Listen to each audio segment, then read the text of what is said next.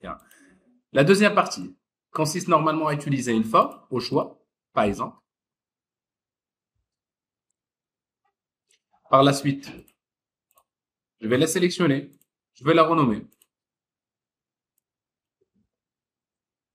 Plafond, par exemple, OP1 pour des raisons.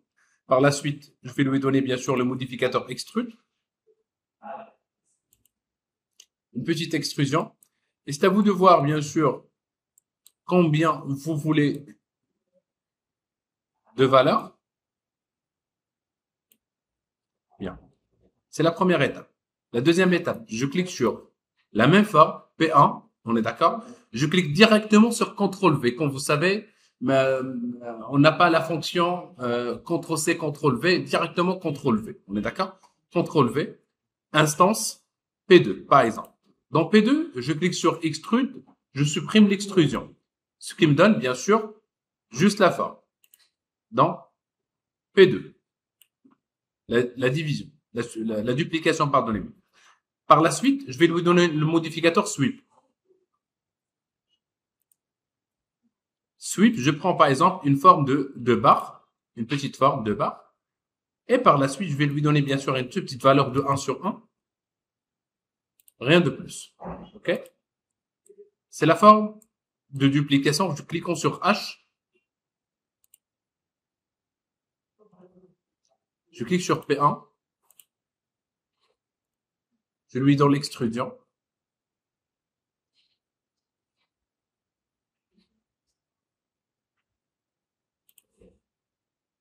Pardon. Je clique sur H. P1.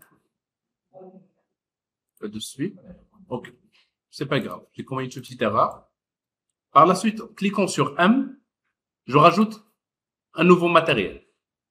Dans le matériel, cliquons sur Get Material. Ici, je mentionne Light. Vary Light MTE. Assign Material to Selection and Show the Material in Viewport. La couleur, je prends la couleur au choix. Par exemple, oui, comme vous voulez.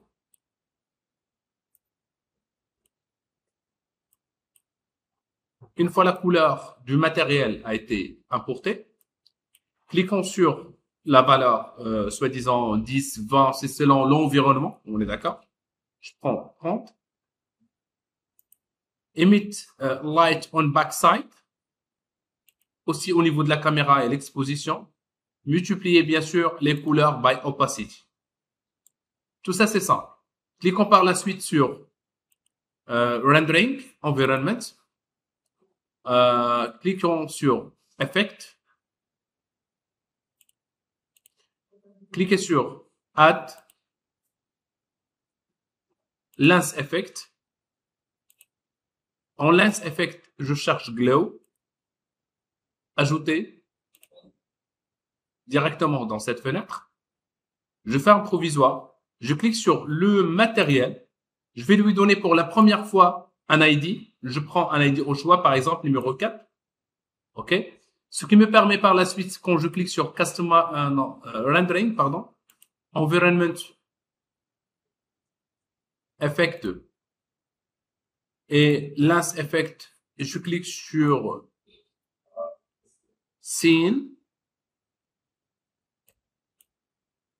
Je cherche bien sûr les paramètres ici, un petit peu. Vous me pardonnez une petite seconde. Voilà.